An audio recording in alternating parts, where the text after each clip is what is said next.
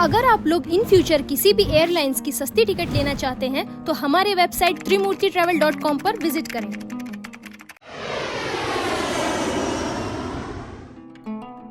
अगर आप लोग इन फ्यूचर किसी भी एयरलाइंस की सस्ती टिकट लेना चाहते हैं तो हमारे वेबसाइट trimurtitravel.com पर विजिट करें।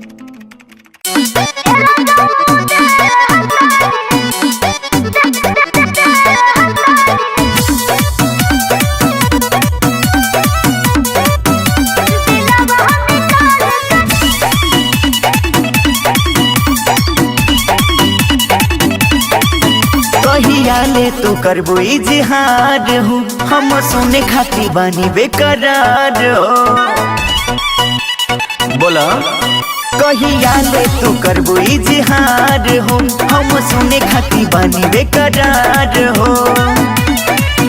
कब बताई अपना धड़कन के हाल के हो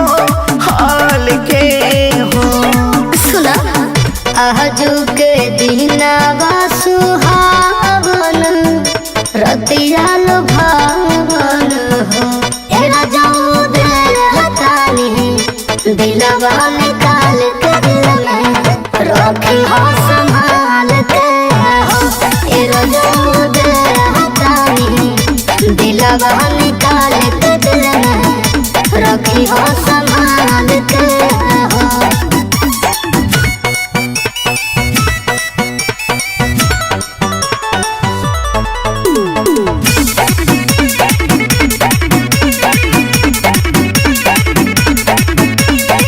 खुशी कोई दिहलू तुम जुड़ा है दिहलू जियारा हो।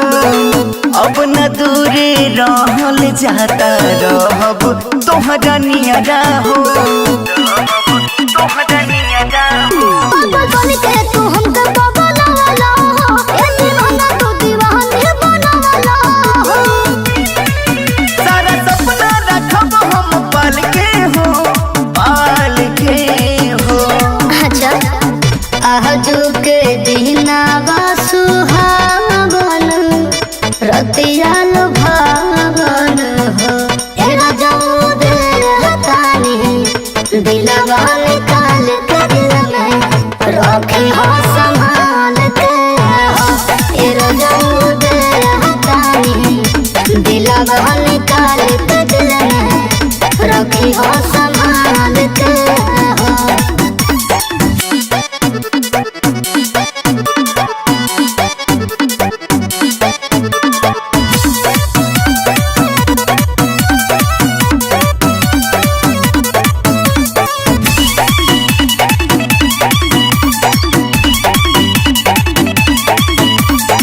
चांद बन के चमकत रही है दिल के आसमानवा में। फूल बन के महकत रही है प्यार के भावनवा में। प्यार के भावनवा में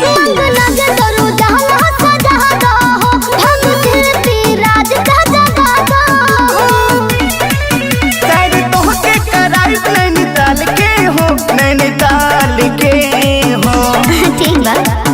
आजू के दिनावा सुहावन रतिया भावन हो एरा जाऊ दे हतानी दिलवा निकाल के दिल में रखी हो संभाल के हो एरा जाऊ दे हतानी दिलवा